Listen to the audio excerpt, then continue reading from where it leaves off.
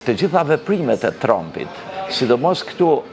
veprimet taktike që i bën, edhe pse nuk i ka shumë të parashikueshme, mirë po në afat të gjatë strategjinë e ka të njëjtë, e din objektivin pse i bën këto marrëveshje ose këto taktika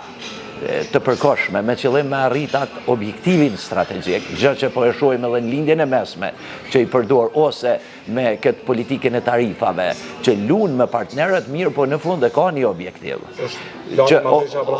Po, shumë. Edhe mu për atë, duke u bazu në këtë sjellje të presidentit Trump dhe objektivat e tij afatgjate dhe atë që shumë bukur e thatë edhe ju që edhe sot çdo ditë e përmend, edhe pse ajo ishte marrëveshje në administratën e parë të tij, kurse kjo është tash administrata e dytë e tij, mirë po e sheh si marrëveshje midis dy partnerëve. Këtë ne duhet ta lexojmë. Profesor, e sheh të mundshme. Të mundshme dhe diskutohet shpejt direkt në shtëpinë e Bardhut. Unë jam i bindur që ka me rikthye këtë marrëveshje nëse i hin çështjes së dialogut Kosovë-Serbi, dhe ajo është i bindur që edhe shumë tjerë pragmatist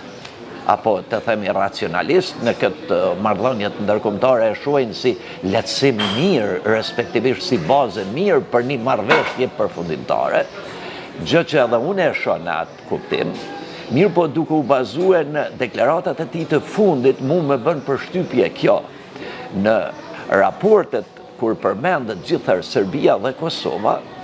Presidenti Trump i sheh si dy partner të barabartë në marrëveshje. Nuk e përmend as si Prishtina dhe Beogradi, nuk e përmend as si pjesë, qoftë njërës apo tjetrës, por në fakt e deklaron në një farë mënyrë se ka qenë një faktor vendimtar për mos me eskalue një konflikt potencial. Dhe na duhet të shohim në këtë prizmë. E përmend edhe në samitin e NATO-s, profesor. Po shiko,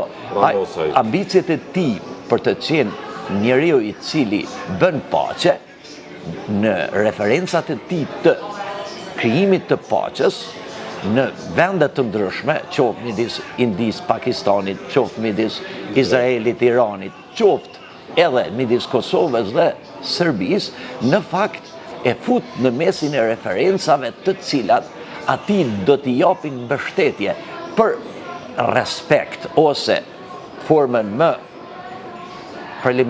preliminare që kërkon ai të jetë sigurisht kandidat për Nobel, që sigurisht që në mesin e këtyre referencave të kontributit të tij politike ndërkombëtare sigurisht do të hënë edhe kjo.